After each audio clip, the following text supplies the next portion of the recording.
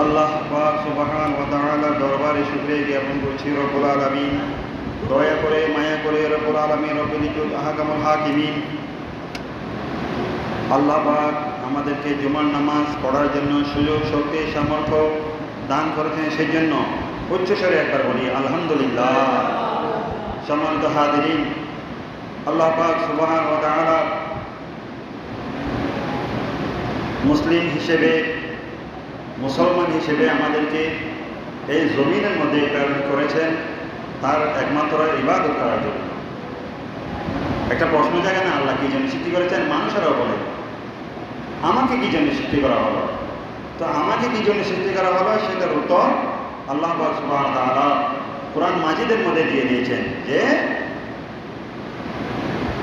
আমি জিন এবং মানুষ জাতিকে আমার ইবাদতের জন্য, আমার দাসত্ব, আমার গোলামি করার জন্য সৃষ্টি করেছি। উচ্চ আওয়াজ দিয়ে বলুন আলহামদুলিল্লাহ। তাহলে প্রশ্নের উত্তর পেয়ে গেলাম, কি জন্য সৃষ্টি করেছে সেটার উত্তর কি করলাম, পেয়ে গেলাম। এখানে আর কোনো কি নাই, ডাইরেক্ট কোরআনের নস যে আমাকে কেন সৃষ্টি করা হলো। আমার আল্লাহ বলে যে আমি তোমাকে আমার ইবাদতের জন্য সৃষ্টি করেছি। বাকি যে জিন্দেগি আমরা করি, যে কাজগুলো ইবাদত ছাড়া যে কাজগুলো করি সেগুলো হচ্ছে আনুষঙ্গিক। এগুলো যে আল্লাহ আমাকে সৃষ্টি করেছেন, যে যতদিন আমাকে হায়াত দিয়েছেন এই হায়াতটা আল্লাহর ইবাদতে কাটানোর জন্য বাকি আনুষঙ্গিক কাজগুলো আমরা করে থাকি, দুনিয়াদারি করে থাকি, রিজিকের জন্য বের হয়ে যায়, রিজিক সন্ধান করি। এগুলো সব কিছু হচ্ছে আনুষঙ্গিক কাজ, কিন্তু মেইন কাজ যেটা সেটা হচ্ছে আল্লাহর ইবাদত। কোনো আয়াতের মধ্যে, কোনো হাদিসের মধ্যে নাই যে আল্লাহ আমাকে সৃষ্টি করেছেন যে আমরা দুনিয়াদারি করার জন্য, খাওয়ার জন্য, বিয়ে শাদী করার জন্য, আনন্দ উল্লাস করার জন্য, এগুলো করার জন্য কোনো কোরআন এবং হাদিসের মধ্যে স্পষ্ট কি নাই, আয়াত নাই, হাদিসের ইবাদত নাই। সুতরাং দেখা গেল আল্লাহর ইবাদত করাটাই হচ্ছে মুখ্য উদ্দেশ্য, চূড়ান্ত উদ্দেশ্য। উচ্চ আওয়াজ দিয়ে বলুন আলহামদুলিল্লাহ। এখানে আর কোনো কিছু কি নাই, দ্বিধাদ্বন্দ্বী করা, সন্দেহান হওয়ার কোনো সুযোগ নেই। সুতরাং কোরআন মাজিদ এমন একটা জীবন বিধান আল্লাহ আমাদের জন্য নাযিল করেছেন, যে বিধানের মধ্যে আল্লাহ অসংখ্য আমল সম্পর্কে বলেছেন, যে আমলগুলো করলে একজন মুসলমান নিজেকে প্রকৃত মুসলমান হিসেবে দাবি করতে পারবে, প্রকৃত মুমিন হিসেবে দাবি করতে পারবে। অন্যথায় সে নামে মুসলমান নিজেকে দাবি করবে। আল্লাহ কোরআনের মধ্যে বা হাদিসের মধ্যে আল্লাহ রাসূল যেগুলো বলছে এই বরাবর যদি তার জিন্দেগিটা অতিবাহিত করা না হয় সে নিজেকে মুসলমান দাবি করবে। আল্লাহ এবং আল্লাহ রাসূল বলছেন আমি তাকে মুসলমান হিসেবে সার্টিফিকেট দিতে পারি না। উচ্চ আওয়াজ দিয়ে বলুন নাউযুবিল্লাহ। সুতরাং কোরআন এবং হাদিসের মধ্যে কিছু আমল যেগুলো সম্পর্কে আল্লাহ বলেছেন আমরা সেগুলো জানবো, যা সময় আছে তার মধ্যে জানার জন্য চেষ্টা করব। তার মধ্যে আল্লাহ যেই কোরআনের মধ্যে যে জিনিসটা প্রথমে সবচাইতে আগে যে আমলটার কথা বলেছেন 82 বার, সেটা হচ্ছে নামাজ। আর সলাতুল মাফরুদাতু ফি ওয়াক্তিহা, সময় মতো নামাজ পড়া। এটা কোরআনের মধ্যেও আল্লাহ বলছেন একজন মুমিন মুসলমানের জন্য সর্বস্তরের আমল, সর্বস্তরের এর চাইতে বড় আমল আর কিছুই নাই। জাস্ট টাইম, সময় মতো, ওয়াক্ত মতো নামাজ পড়াটা হচ্ছে পৃথিবীর মধ্যে একেবারে আল্লাহর দেওয়া সর্বশ্রেষ্ঠ কি ইবাদত, আমল। উচ্চ আওয়াজ দিয়ে বলেন আলহামদুলিল্লাহ। সেই জন্য আল্লাহ বলেন ইন্না সলাতা কানা আলাল মুমিনিনা কিতাবান মাওকুতা, আমি আমার মুমিন বান্দাদের জন্য নামাজকে নির্দিষ্ট করে, নির্দিষ্ট সময়ের মধ্যে নির্দিষ্ট করে একটা ইবাদত হিসেবে কি তাদের জন্য নির্ধারিত করে দিলাম। উচ্চ আওয়াজ দিয়ে বলেন আলহামদুলিল্লাহ। সুতরাং ডাইরেক্ট কোরআনের মধ্যে 82 আয়াতের মধ্যে প্রায় আল্লাহ নামাজ সম্পর্কে বলেছেন। একবারে মাওকুতা মানে একেবারে নির্দিষ্ট সময়ের মধ্যে নির্দিষ্ট করে দিয়েছে, এটা লিপিবদ্ধ করে দিয়েছে একেবারে। এর মধ্যে কোনো নামাজ না পড়ে ছাড় পাওয়ার কোনো সুযোগ নাই, একেবারে গ্যারান্টি করে দিয়েছেন, অ্যাটেস্টেড যেটাকে বলা হয়। সুতরাং নামাজটা বাদ দেওয়া যাবে না। এই জন্য আল্লাহ রাসূল বললেন আহাব্বাল আমালু ইলাল্লাহি সলাতু আলা ওয়াক্তিহা, আমার উম্মতদের জন্য আমি সবচাইতে পছন্দনীয় আমল করে দিয়েছি সময় মতো নামাজ আদায় করা।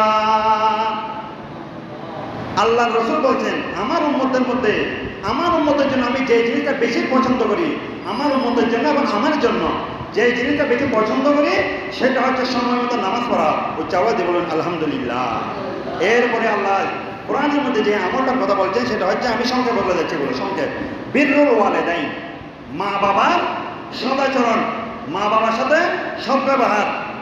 নামাজের পরপরই যে জিনিসটা, যে আমলটার কথা বলেছেন, সেটা হচ্ছে মা বাবার সাথে কি করা, সৎ ব্যবহার করা, মা বাবার সাথে সদাচরণ করা।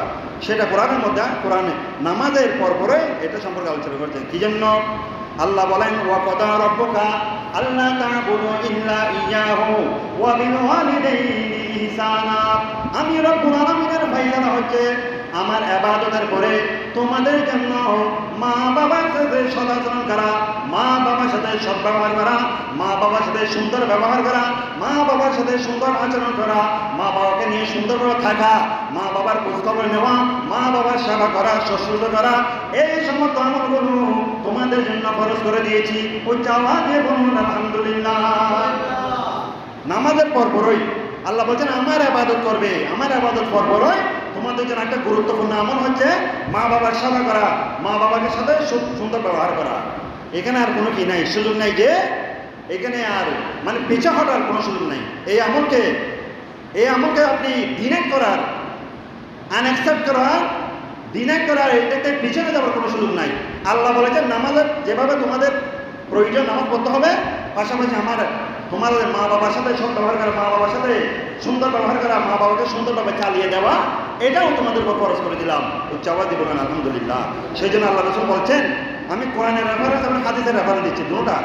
আল্লাহ রসুল বলছেন রেদা রব্বি ফি রেদাল ওয়ালিদ ওয়া সাখাতাল রব্বি সাখাতাল ওয়ালিদাই।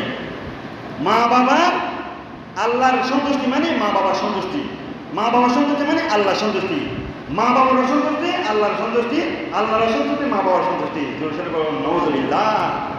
একজন মুসলমান নিজেকে দাবি করলে তার জন্য আল্লাহ একটা গুরুত্বপূর্ণ একটা আমল দিয়েছেন কোরআনের মধ্যে, সেটা হচ্ছে আল্লাহর ইবাদতের পরপরই মা বাবার সেবা শুশ্রূষা, মা বাবার সাথে সদ্ব্যবহার, সদাচরণ, এটা বান্দার জন্য আল্লাহ ফরজ করে দিয়েছেন। উচ্চ আওয়াজ দিয়ে বলুন আলহামদুলিল্লাহ। পিছনে হওয়ার কোনো সুযোগ নাই।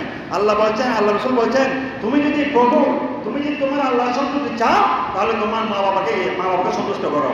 তুমি যদি আল্লাহর সন্তুষ্টি চাও তাহলে তুমি মা বাবার সাথে বেয়াদবি করো, মা বাবাকে কষ্ট দাও, অটোমেটিক আল্লাহ তোমার উপর কি হয়ে যাবে, অসন্তুষ্ট হয়ে যাবে। উচ্চ আওয়াজ দিয়ে বলুন নাউযুবিল্লাহ।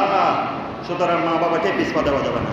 এরপরে আরেকটা আমল বলেছেন আল্লাহ, সেটা হচ্ছে আল কিরাআতুল কুরআনুল কারীম। এই কোরআনের মধ্যে সাব্যস্ত রয়েছে, এগুলো সব আমল কোরআনের মধ্যে রয়েছে। বান্দা কোন আমলটা বলে আল্লাহ বেশি পছন্দ করেন, এর মধ্যে আরেকটা বলছেন, আল্লাহ বলছেন যে আমার বান্দা আমার নবীর উপর প্রেরিত কোরআন বেশি বেশি তেলাওয়াত করবে, সেটা আমি বেশি পছন্দ করি। যে কোরআনকে আমি পাহাড়ের মধ্যে নাজিল করে, সে পাহাড় তোলার মতো উত্তর, আসমান জমিনের মধ্যে জিন বলেন, ফেরেশতা বলেন, গাছ গাছালি বলেন, পাহাড় পর্বত, কেউ এই কোরআনকে নিতে চায় নাই, গচ্ছিত করতে চায় নাই। কোরআনের পাওয়ার, কোরআনের মানে আজমত সহ্য হতে পারবে না। সেই জন্য একমাত্র কোরআন ঠাই পেয়েছে আমার রসুল, আপনার রসুলের সিনা মুবারকের মধ্যে। ও চাওয়াতি বলুন আলহামদুলিল্লাহ।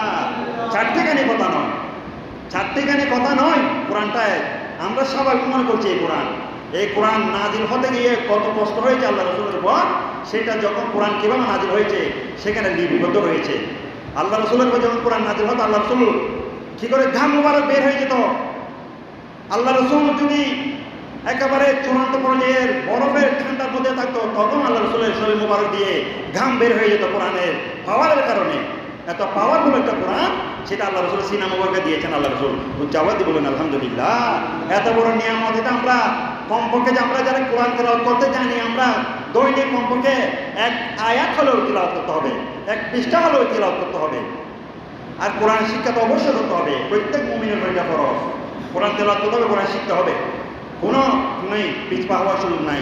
সেই জন্য আল্লাহ রাব্বুল আলামিন কোরআনের মধ্যে বলছেন, ফাকরাউ মা তায়াসসারা মিনাল কোরআন।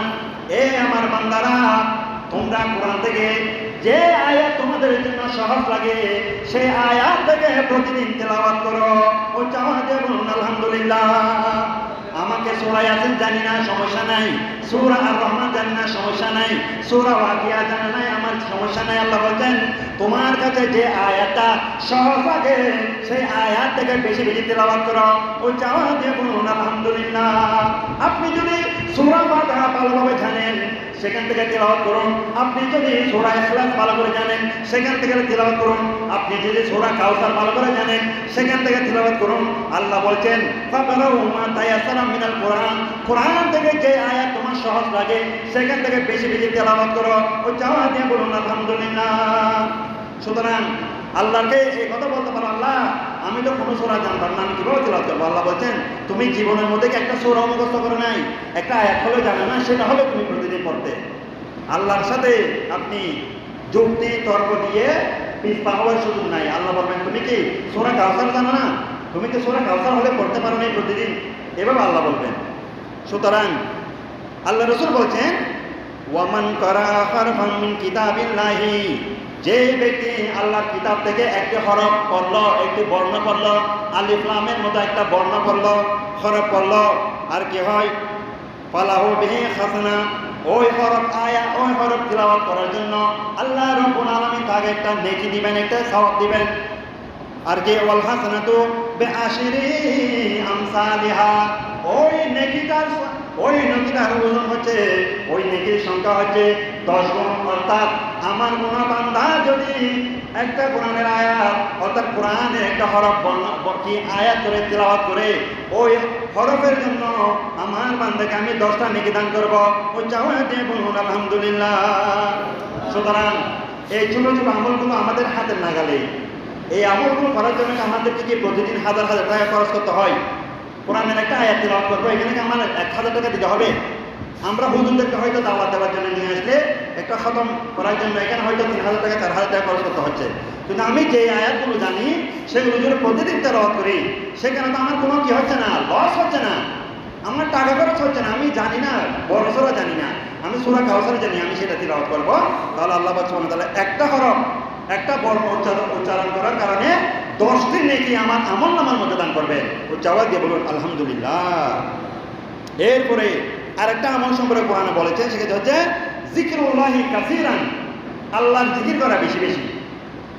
দেখেন আল্লাহ কোরআনের মধ্যে যেই আমলগুলো কথা বলেছেন, বেশিরভাগ আমল সেগুলো বান্দার হাতের নাগালের কাছাকাছি একেবারে, যেগুলো করার জন্য তাকে লাখ লাখ কোটি কোটি টাকা খরচ করতে হয় না।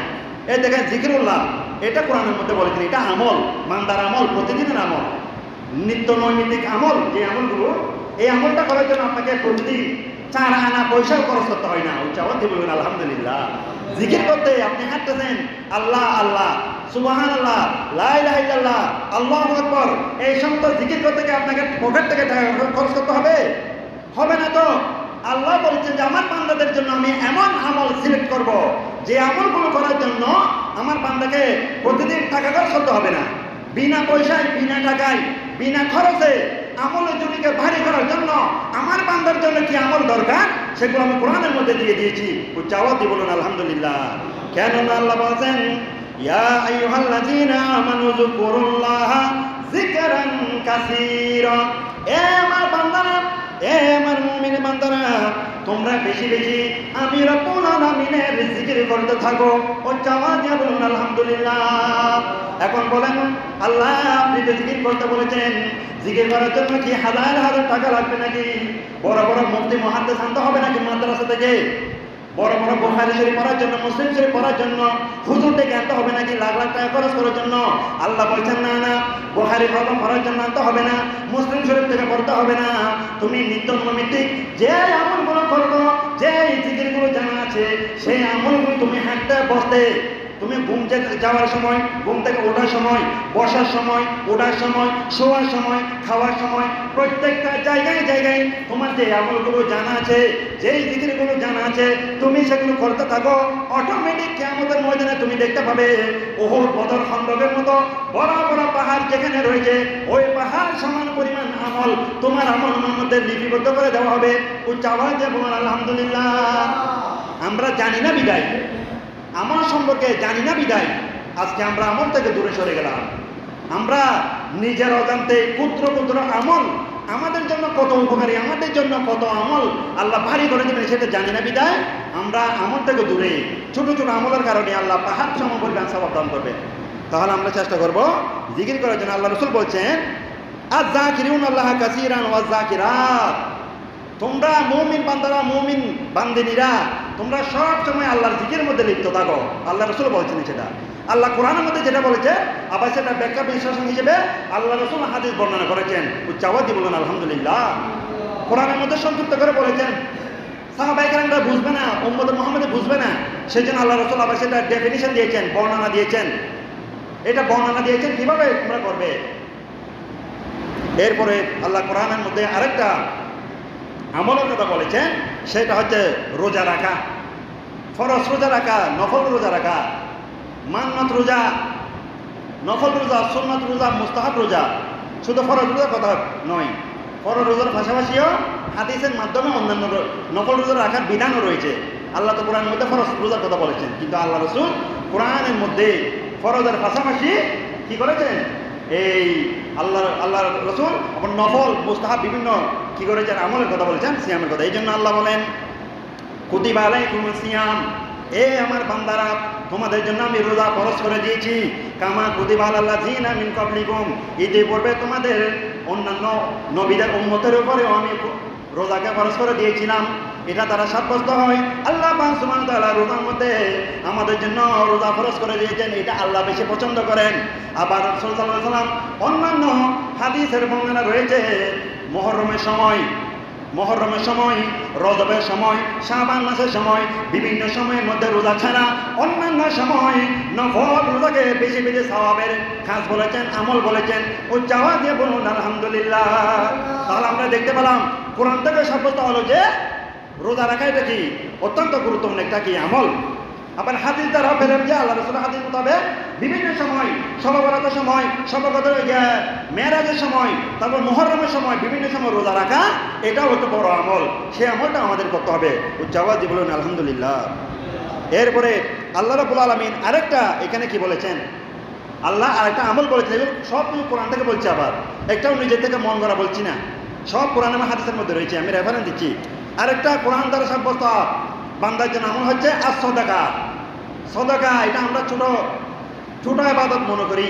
সদকার দ্বারা যে কত লাভ হয়, ফায়দা হয়, সেটা একজন বান্দা যখন দান করবে সেই বুঝতে পারবে। নেক কি নিয়ে, ইখলাস নিয়ে, একনিষ্ঠতার সাথে কোনো একজন বান্দা এক দিরহাম একটা পয়সাও যদি কি করে আল্লাহর পথে সদকা করে, দান করে, সেটার ফল সেই সাথে সাথে পাবে। উচ্চাওয়াজ দিয়ে বলুন আলহামদুলিল্লাহ। দুনিয়ার মধ্যে পাবে, আল্লাহর সবাই দুনিয়াতে পাবে, আখিরাতের জন্য তো রয়েছে, কিন্তু দুনিয়ার মধ্যে পাবে। একটা দিরহাম যদি কেউ মন থেকে ইখলাস নিয়ে নিজের জন্য নিজের নিয়তটা খেয়াল করে যে আল্লাহ এটা দিচ্ছি, আল্লাহ আমার এই অমুক সমস্যার জন্য, আল্লাহ এটা দিচ্ছি আমার মা বাবার হায়াতের জন্য, আল্লাহ এটা দিচ্ছি আমার পীরে মুর্শিদের হায়াতের জন্য, আল্লাহ এটা দিচ্ছি আমার বাবা মাসের দূর হওয়ার জন্য, এটার সওয়াব, এটার প্রতিদান আল্লাহ রাসূল বলেছেন দুনিয়াতে পাবেন, আখিরাতে তো আছেই, দুনিয়াতে পেয়ে যাবেন। উচ্চ আওয়াজ দিয়ে বলুন আলহামদুলিল্লাহ। সেই জন্য আল্লাহ রাব্বুল আলামিন বলেন ওয়া আনফিকু মিম্মা রাযাকনাকুম, এ আমার বান্দারা আমি রব্বুল আলামিন দয়া করে মায়া করে তোমাদেরকে অনেক রিজিক দিয়েছি, ধন দিয়েছি, দৌলত দিয়েছি, সম্পদ দিয়েছি।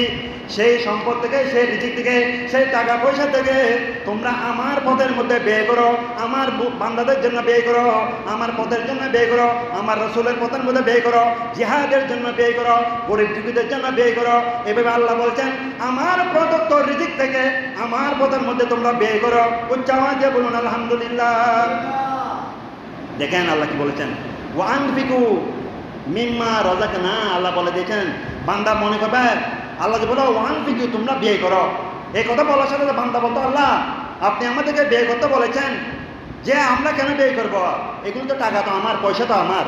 যেভাবে কারণ বলেছিল মূসা আলাইহিস সালাম যখন গিয়েছিলেন যে হ্যাঁ কারণ তোর অর্ডার সম্পত্তি রয়েছে, কোটি কোটি সম্পত্তি রয়েছে, সেখান থেকে আল্লাহর পথে যাকাত দে, সদকা দে। কারণ বলেছিল আমি কেন দান করবো, এগুলো আমার কামাই, এগুলো আমি কামাই করেছি, আমার টাকা আমার পয়সা, আমি ব্যয় করবো না।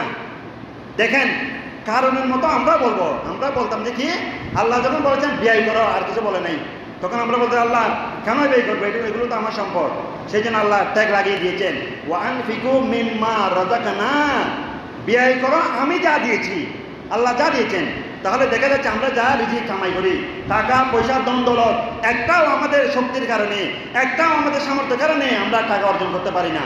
সব কিছু আল্লাহর রহমত আছে বিদায়, আল্লাহর দয়া আছে বিদায় আমরা টাকা কামাতে পারি। না হলে যদি পৃথিবীর মধ্যে যদি কোনো একজন গবেষক বলতেছেন, মানে উনি গবেষণা করছেন যে কোনো পৃথিবীর মধ্যে যদি খাটাখাটনি করে যদি পয়সাওয়ালা হতো, তাহলে সবচাইতে বড় পয়সাওয়ালা হতো গাধা। গাদার চাইতে বড় কাজ এই দুনিয়ার মধ্যে আর কেউ করে না। গাদার গায়ের উপর আপনি যতই কিছু চাপিয়ে দেন, সে একেবারে মাটিতে লুটিয়ে যাচ্ছে, তবু চেষ্টা করবে সেগুলো নিয়ে যাওয়ার জন্য। তাহলে দেখা যাচ্ছে শুধু পরিশ্রম করলে টাকা ইনকাম করা যায় না, পরিশ্রম করার পাশাপাশি আল্লাহর রহমত থাকতে হবে, আল্লাহর দয়া থাকতে হবে, এহসান থাকতে হবে।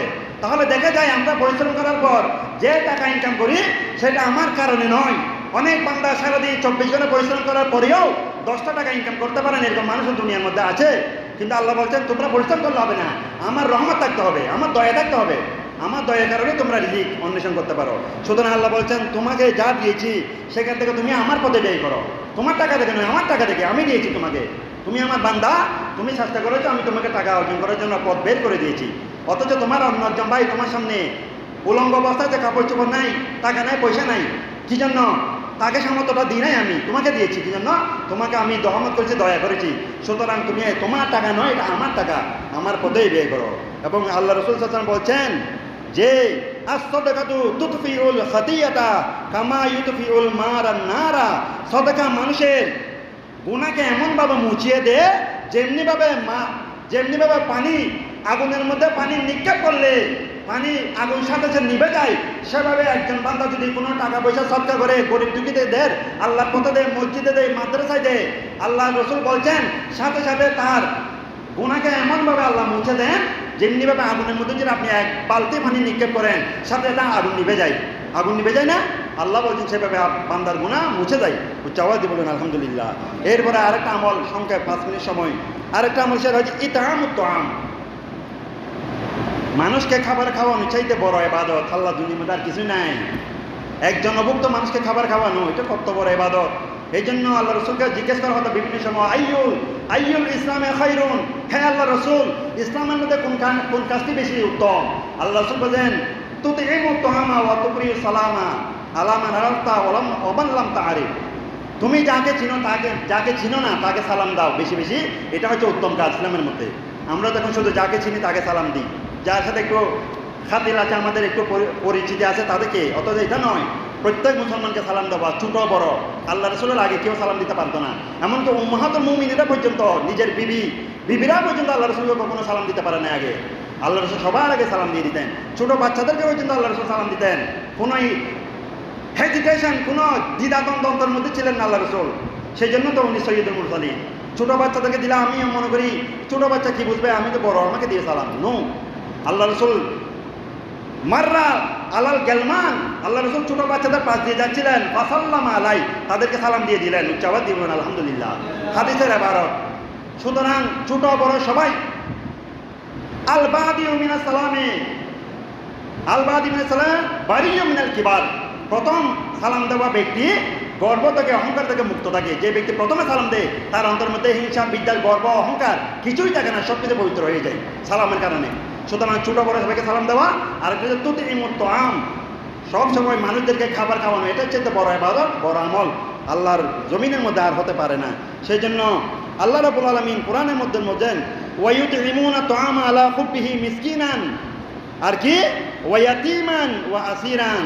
তোমরা তোমাদের আশেপাশে গরিব দুঃখী আত্মীয় স্বজন, অনেক আত্মীয় স্বজন আমাদের মধ্যে থাকে, গরিব দুঃখী নিজেদের আত্মীয়দের মধ্যে, তাদেরকে তোমরা খাওয়াও, টাকা দাও, পয়সা দাও, তোমাদের পাশে গরিব দুঃখীদেরকে খাওয়াও, এতিমদেরকে খাওয়াও।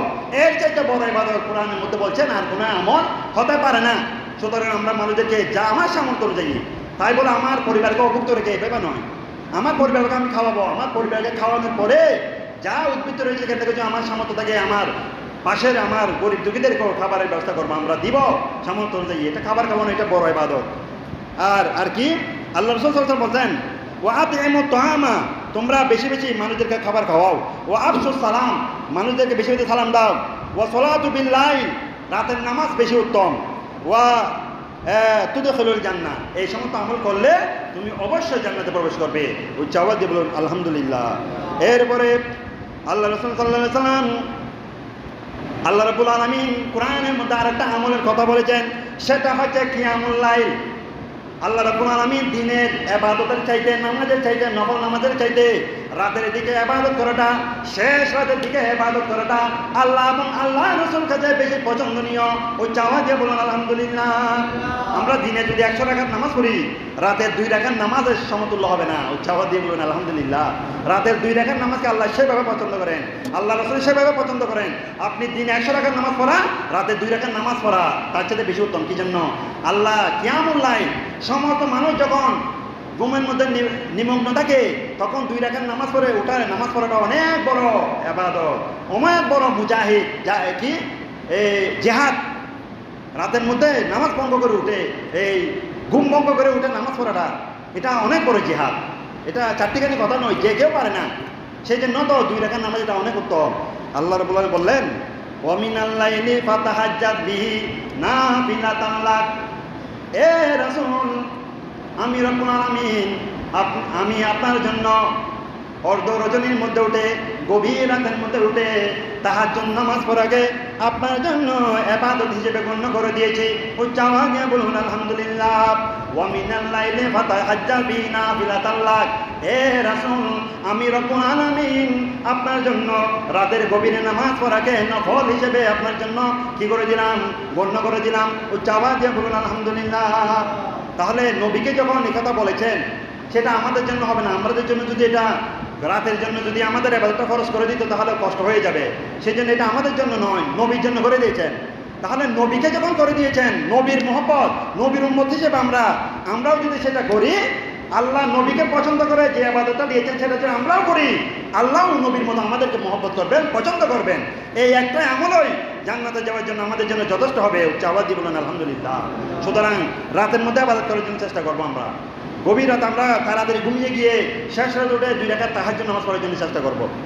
সেজন্য আল্লাহ রাসূল বলছেন, এটা কোরআনের পাশাপাশি আবার আল্লাহ রাসূলের রেফারেন্স হাদিসে বলে দিয়েছেন। কিভাবে দেখেন, ওয়া আফজালুস সালাতি বাদাল ফরিদাতি সালাতুল লাইল। আল্লাহ রাসূল বলছেন, আমার উম্মতের জন্য ফরজ নামাজের পরে আমার উম্মতের জন্য যে রাতে উঠে নফল নামাজ পড়াকে আমি বেশি উত্তম মনে করি, বেশি ফজিলত মনে করি। উচ্চ আওয়াজ দিয়ে বলুন আলহামদুলিল্লাহ। সুতরাং আমরা চেষ্টা করব, আমরা রাতের মধ্যে উঠে, আমরা যদি মনে করেন একজন বান্দা, আপনি মনে করেন কাজ করতে করতে 12টা 1টা হয়ে গেল, আপনি তখন 2 রাকাত নামাজ উযু করে ঘুমানোর আগে আপনি যদি মনে করেন যে না আমি সকালের আগে আর উঠতে পারবো না, তখন যখন 12টা 1টা হয়ে গিয়েছে, আপনি কাজ করতে করতে বা ঘুমাতে আপনি 2 রাকাত উযু করে 2 রাকাত নফল নামাজ পড়ে উঠবেন। এটা তাহাজ্জুদ হোক বা নফল হোক, যে নিয়তে হোক, কোনো সমস্যা নাই। আল্লাহ পাক সুবহানাহু ওয়া তাআলা দয়া করে, মায়া করে তাহাজ্জুদের ফজিলত আপনার আমলনামায় দিয়ে দিবেন। উচ্চ আওয়াজ দিয়ে বলুন আলহামদুলিল্লাহ। সুতরাং আমরা কিয়ামুল লাইলটা কি করব? আরেকটা বলে শেষ করে দিচ্ছি। আর একটা হচ্ছে as-সিদকু ফিল হাদিস। কথা বলার সময় সবসময় সত্য কথা বলা, এর চাইতে বড় আমল কোরআন দ্বারা সাব্যস্ত নয়। কোরআনের মধ্যে এগুলো সব কোরআনের মধ্যে রয়েছে। কোন আমলগুলো বান্দার জন্য বেশি ফজিলত? কথা বলার সময় আপনি, সেই জন্য আপনি যদি কথা বলার সময় যদি আপনার মুখ থেকে সবসময় মিথ্যা বের হয়ে যায়, সেই জন্য আল্লাহ রাসূল বলছেন তুমি কথা বলা বন্ধ করে দাও, চুপ হয়ে যাও। আস্তাকাতু মান সাকাতা নাজা। যে ব্যক্তি চুপ থেকেছে সে নাজাত পেয়েছে। আপনি দেখবেন বেশি কথা বলবেন, বেশি ভুল বলবেন, বেশি মিথ্যা বলবেন, বেশি ভাষাখানা কথা আপনার মুখ দিয়ে বের হবে। আপনি যতই চুপ থাকবেন আপনার মিথ্যা কথা কম বের হবে, তারপরে বানোয়ার কথা কম বের হবে, হাসি তামাশা কম বের হবে, গুনাও কম হবে। সেই জন্য বলছেন মান সাকাতা, যে ব্যক্তি চুপ থাকে নাজা, সে ব্যক্তির নাজাত পায়। বেশি কথা বলবেন, ভুল বেশি হবে, গুনাহ বেশি হবে, মিথ্যা বেশি হবে। সেই জন্য আল্লাহ রাসূল বলছেন তোমরা কথা বলার সময় মিথ্যা বলিও না। ইয়া আইয়ুহাল্লাযিনা আমানু তাকুল্লাহ ওয়া কুনু মা'আস সাদিকিন। হে ঈমানদারগণ, তোমরা মুমিন বান্দাদের সাথে ওয়া কুনু মা'আস সাদিকিন, সত্যবাদী ব্যক্তিদের সাথে বেশি উঠা বসা করো। মিথ্যাবাদীর সাথে চলাফেরা করবে, তোমার মুখ দিয়ে সবসময় মিথ্যা বের হবে। সত্যবাদী ব্যক্তির সাথে চলাফেরা করো, সবসময় তোমার মুখ থেকে সত্য বের হবে, কখনো মিথ্যা বের হবে না। কি জন্য? ওই সত্যবাদী ব্যক্তি সবসময় সত্য বলে। একজন মানুষের সাথে আপনি যখন থাকবেন, আতরওয়ালার সাথে যখন থাকবেন, আতরের গ্রাম বের হবে। ওই দোকানে গেলে আপনার শরীর থেকে আতরের গ্রাম বের হবে। আপনি যদি হাফারওয়ালা যারা কামার কুমার রয়েছে তাদের জ্ঞান মধ্যে ঢুকবেন, একটু করে হলেও আপনার থেকে কালি লেগে যাবে। কি জন্য? ওরা সবসময় কালি নিয়ে খেলা করে। দাসুরি মানুষের ওরা সবসময় কালি কয়লা নিয়ে কাজ করে না, কয়লা লেগে যাবে। সুতরাং আপনি সত্যবাদীর সাথে থাকলে সত্য আপনার মুখ থেকে সবসময় সত্য বের হবে। মিথ্যাবাদীর সাথে থাকবেন, বানোয়াটকারীর সাথে থাকবেন, এই খেয়ানতকারীর সাথে থাকবেন, জালেমের সাথে থাকবেন, আপনি সবসময় তার থেকে একটু একটু আসর আপনার শরীরের মধ্যে প্রবেশ করবে। জোরে বলুন নাউজুবিল্লাহ। সময় সংক্ষেপ, শেষ কথা, এগুলো হচ্ছে কোরআন এবং হাদিস থেকে যে আমলগুলো ইনশাআল্লাহ আগামী জুমায় যে সময় থেকে আবার আলোচনা হবে আরও কিছু। এই জুমার মধ্যে আমরা যা কিছু আলোচনা করলাম এগুলো সব কোরআন হাদিস ভিত্তিক, সময় সংক্ষেপের কারণে আমি সেদিকে যাচ্ছি না। অতএব আমরা যে আমলগুলো কোরআন এবং হাদিসের মধ্যে থেকে শুনেছি সেগুলো সব আমাদের হাতের নাগালে। এগুলো করার জন্য কোটি কোটি টাকা খরচ করতে হবে না। আমি যে আমলগুলোর কথা বলেছি যারা শুনেছেন এগুলোর জন্য একটাও টাকা খরচ হবে, সত্য কথা বলার জন্য টাকা খরচ হবে, নকল নামাজ জন্য টাকা খরচ হবে, জিকির করার জন্য টাকা খরচ হবে, বড় বড় মুফতি মুহাদ্দিস আনতে হবে মাদ্রাসা থেকে, এগুলো করার জন্য কিছুই করতে হবে না। হাঁটতে, বসতে, শুতে, ঘুমাতে যেখানে যায় সেই আমলগুলো করবেন, অটোমেটিক দেখতে পাবেন আপনার আমলের যদি চোখ বন্ধ করার সাথে সাথে কোথায় কীভাবে পারে হয়ে গেল আপনি আশ্চর্য হয়ে যাবেন। আল্লাহ, এত আমল তো আমি করি নাই, আমার আমলের চুরি এইভাবে কেন হয়ে গেল? উহুদ পাহাড়ের মতো, বদর পাহাড়ের মতো এত বড় বড় বড় পাহাড়ের সমান কীভাবে হলো? আল্লাহ বলছেন, বান্দা তুমি ওয়াজ শুনে যে আমলগুলো করেছিলে ছোটো ছোটো আমল, এই আমলের কারণে আমি তোমাকে এত ফজিলত দান করেছি। উচ্চ আওয়াজ দিয়ে বলুন আলহামদুলিল্লাহ।